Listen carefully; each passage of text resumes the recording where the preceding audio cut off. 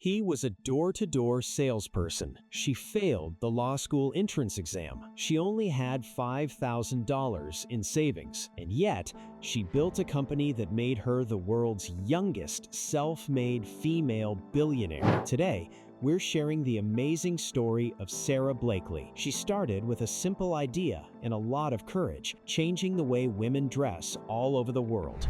She faced countless rejections and had no experience in fashion or business. So, how did she turn her problem into a billion-dollar empire? Stay until the end to discover the clever trick she used to get her foot in the door. Sara Blakely's story began in a Florida city called Clearwater. She wasn't a business expert from a young age. In fact, her dream was to become a lawyer, but when she took the law school admission test, she didn't get a score that was high enough. This was a major setback for her plans. She needed a job, so she took what she could get. For 7 years, she worked selling fax machines door to door in Florida. It was a tough job. She faced rejection every single day, with people constantly hanging up on her or shutting doors in her face. While she was good at it, she didn't love it. She felt there was something else she was meant to do. During this time, she came across a problem that would change her life. She wanted to wear a pair of white pants for a party, but she couldn't find the right undergarment to wear underneath that looked smooth and didn't show any lines. She tried everything, but nothing worked well. This simple, everyday problem got her thinking.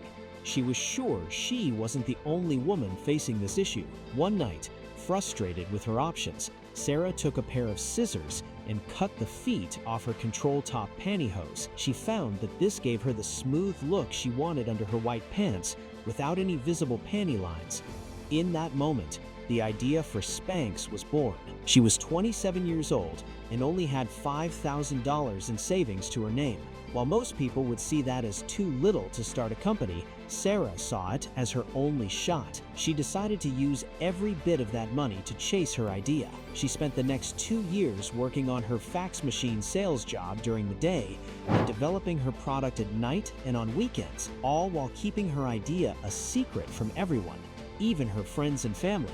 She had no background in fashion, manufacturing, or business. She taught herself everything by reading books from the public library. She had to figure out how to design her product, find a factory to make it, and even write her own patent to protect the idea, all on her own. The first huge challenge was getting someone to make her product. She spent weeks calling different hosiery mills across the country, and every single one turned her down. The managers, who were almost all men, didn't understand her product. They thought her idea was silly and a waste of their time. Finally, after being rejected by every mill she could find, she managed to get one factory owner on the phone. She gave him her best sales pitch over the phone. He was quiet for a moment, and then he said something surprising. He told Sara that he had daughters, and he finally understood what she was trying to do. He agreed to help her. This was her first big break. She now had a manufacturer, but her next challenge was even bigger, getting a store to sell her product. She faced the giant of the retail world, Neiman Marcus. This was a famous and very high-end department store. How could a complete unknown with no connections, no business card, and no office get a meeting with them? Sara knew she had to get the buyer's attention, so she did something very smart. Instead of scheduling a formal meeting, she flew to Neiman Marcus's headquarters in Dallas without an appointment. When she arrived, she asked to see the buyer for hosiery. She was told the buyer was too busy. Instead of leaving, Sara asked if she could just say hello. She was directed to an office, but the buyer wasn't there, so Sara decided to wait. When the buyer returned, Sara introduced herself. She knew she only had a few seconds to make an impression, so she did something unexpected. She asked the buyer to come with her to the ladies' bathroom. The buyer, intrigued, agreed.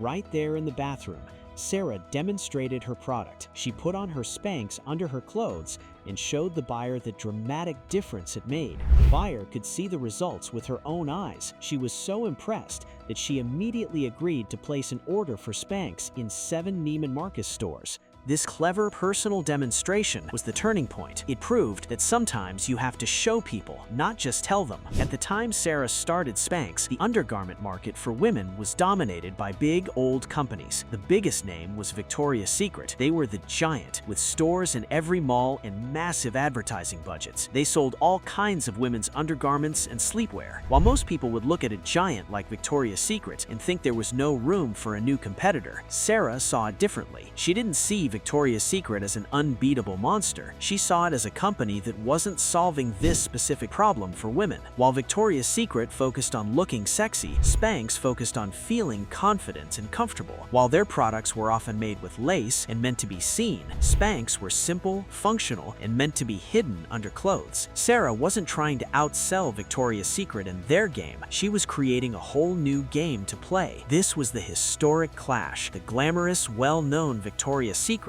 versus the simple, problem-solving Spanx. Sara's strategy was brilliant because it was so focused. She listened to what women really needed in their everyday lives. She knew that confidence didn't always come from looking sexy. Sometimes it came from feeling smooth and secure in your favorite outfit. Her product, Spanx, solved a real problem that the big companies had ignored. She used comfortable, strong fabrics that really worked. Her packaging was fun and friendly, making women feel like they were in on a secret. Victoria's Secret, on the other hand, stayed with what they knew. They didn't adapt to this new need. They didn't understand that women wanted a product for empowerment, not just to look sexy. The battle was won quickly. Within just a few years, Spanx became a word women everywhere used. They didn't say, "I need my shapewear." They said, "I need my Spanx." The brand became so famous, it defined the entire category. Sara Blakely, the former fax machine salesperson, had beaten the industry giants by understanding her customer better than anyone else. This victory made Sara a hero to women entrepreneurs everywhere. It proved that a simple idea built on solving a real problem could defeat a billion-dollar company. After her initial success, Sara's company grew incredibly fast. She was no longer just selling footless pantyhose. She was building a brand for female confidence. She expanded into all kinds of shapewear: shorts, bodysuits, slips, and even men's undershirts. She later launched an activewear line in jeans. Every product kept the same promise: to make you look and feel your best. Her marketing was pure genius. Instead of using supermodels, she used relatable language and funny ads that real women connected with. She appeared on talk shows like Oprah, which gave her brand a huge boost of credibility and fame. In 2012, she made a very smart business move. She sold a part of her company to a large investment firm, which valued Spanx at well over $1 billion.